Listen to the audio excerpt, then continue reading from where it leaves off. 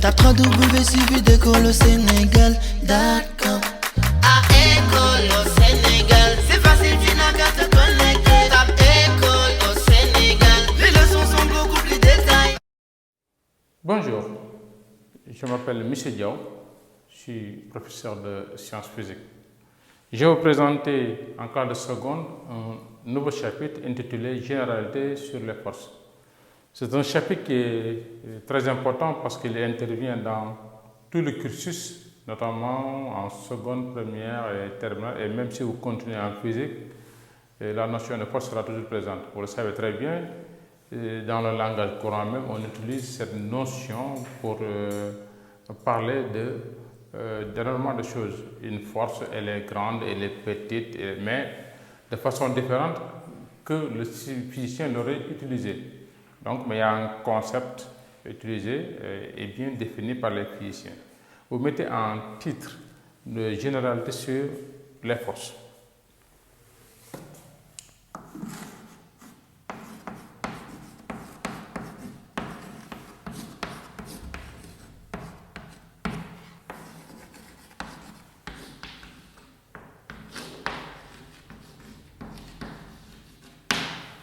Nous allons introduire cette notion par une petite expérience que nous allons décrire.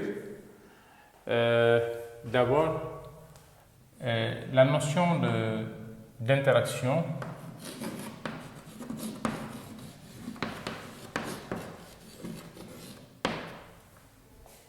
Je vais d'abord décrire l'expérience. Nous allons prendre un ressort. Un ressort, il a une longueur de départ. On peut l'allonger. Si on met on applique une déformation, alors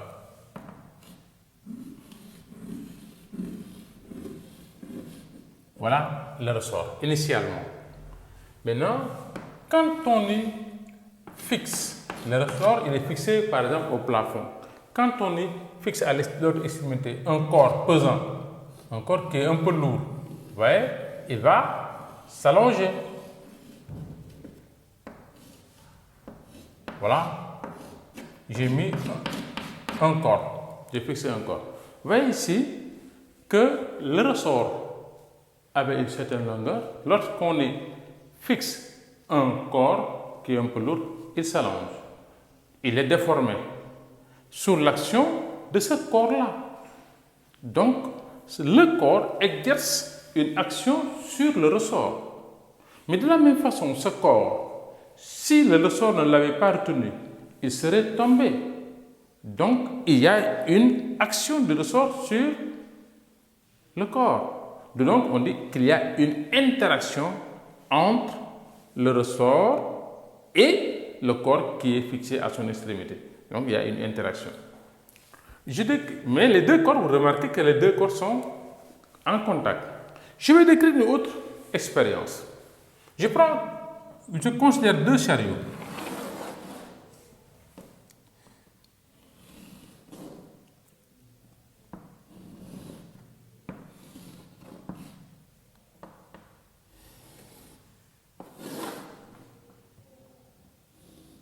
Identiques,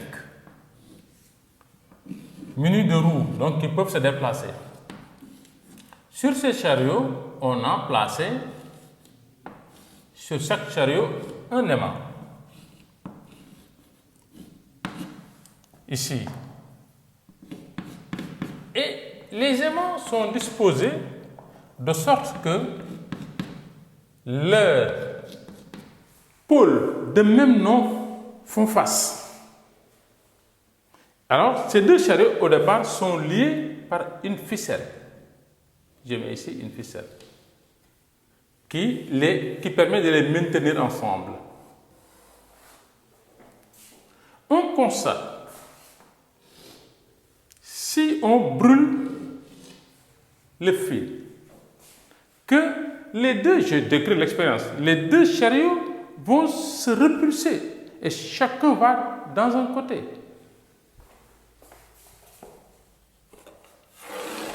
On aura un chariot là,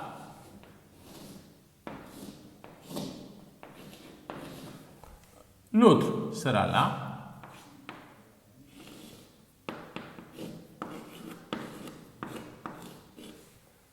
avec leurs aimants respectifs.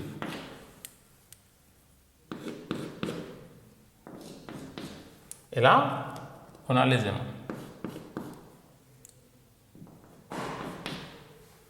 Vous voyez?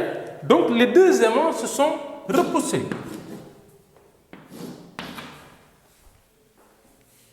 Cet aimant qui est l'aimant numéro A et là l'autre l'aimant numéroté B, ou bien noté B, repousse A, repousse B et B repousse A. Il y a alors une interaction. Donc on dit qu'il y a une action mécanique.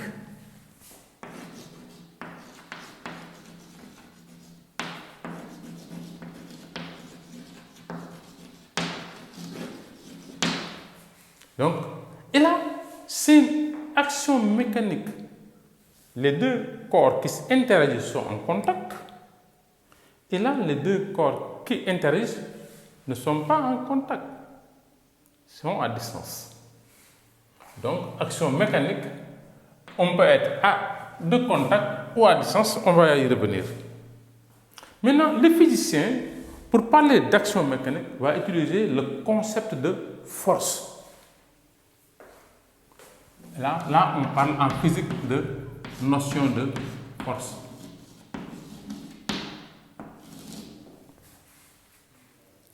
Alors, qu'est-ce que la force?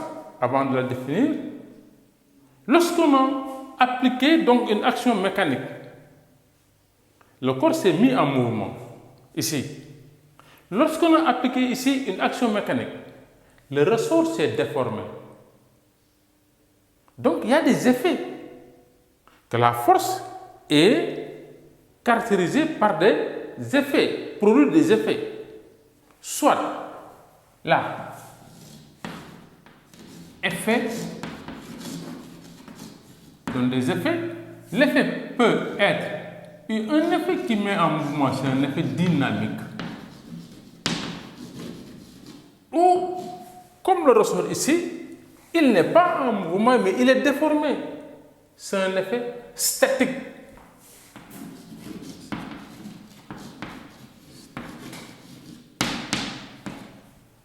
Voilà donc, on dit que une force a deux effets. Un effet dynamique et un effet statique. Alors, de façon générale, on appelle force définition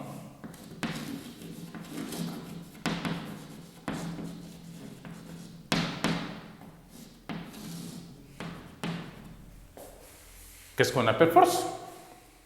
On appelle force toute action capable de créer un mouvement ou de créer une déformation. Créer un mouvement ou changer le mouvement d'un corps en déviant sa trajectoire, en diminuant sa vitesse, etc. Donc voilà ce qu'on appelle force. Donc, force, on appelle force une force est toute cause capable de mettre un corps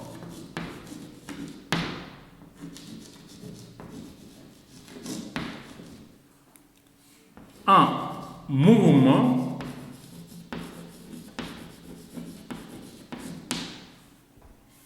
ou de déformer ou de le déformer.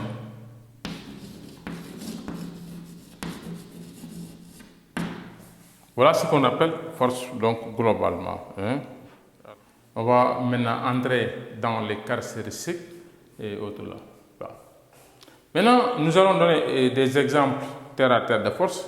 Quand j'applique une force ici sur le chariot B, il s'est mis en mouvement. Et comment, suivant cette direction et dans ce sens-là. Alors, si j'applique une force avec un plus grand effort, on va l'appeler comme ça pour l'instant, on va voir que le mouvement sera plus rapide, l'effet sera plus important. Si je l'applique ici, ce n'est pas la même chose que si je l'applique sur le bord, sur les côtés. On peut dire que la force a des caractéristiques. Quand on applique une force musculaire, par exemple, la main sur un corps, le corps peut se mettre en mouvement. Mais le mouvement va suivre une certaine direction. On dit qu'une force suit une certaine direction. C'est la droite d'action de la force. Mais quand j'applique la force musculaire, le mouvement ou l'effet se fera dans un sens. Donc, on associe à la force aussi un sens. Alors, on associe à la force globalement une direction, un sens, et le point sur lequel on applique la force aussi est important, on appelle le point d'application, mais aussi l'effort lié à cette force-là, qu'on appelle intensité aussi, c'est important. Une force a 4 caractéristiques.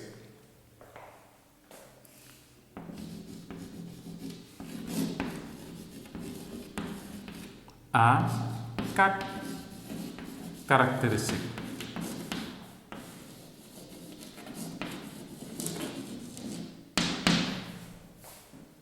D'abord, il faut que ça s'applique sur le corps, de loin ou de près, en contact ou non. Donc, là où ça s'applique, on l'appelle point d'application.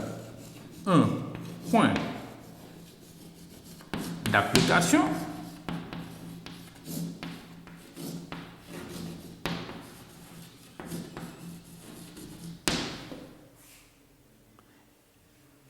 Une direction.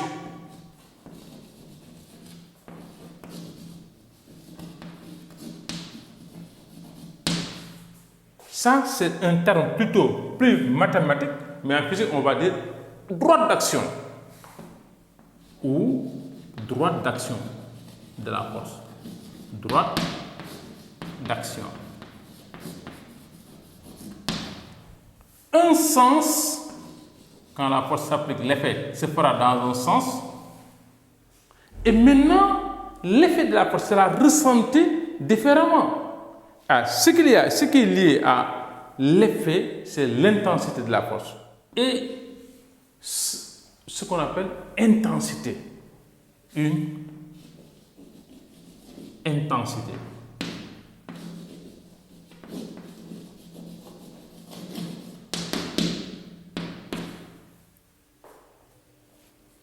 Une intensité.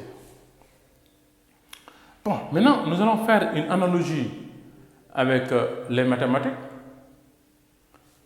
En maths, vous avez vu un être qui avait ses caractéristiques un peu semblables, un point d'origine, une direction, un sens et une norme.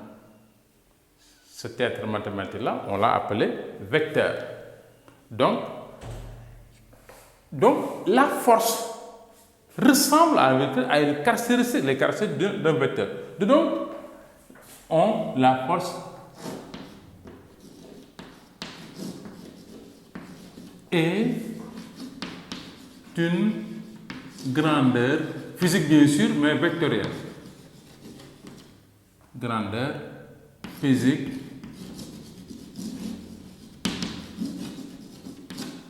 d'abord, vectorielle. C'est ça le terme. Alors, c'est pourquoi, si nous considérons une force quelconque, on la note F, une force par exemple F, on peut donner un nom à la force, mais on la représente comme un vecteur être mathématique, pour dire que la force a une direction, un sens, une intensité et d'abord un point d'application. www.suividecolosénégal.com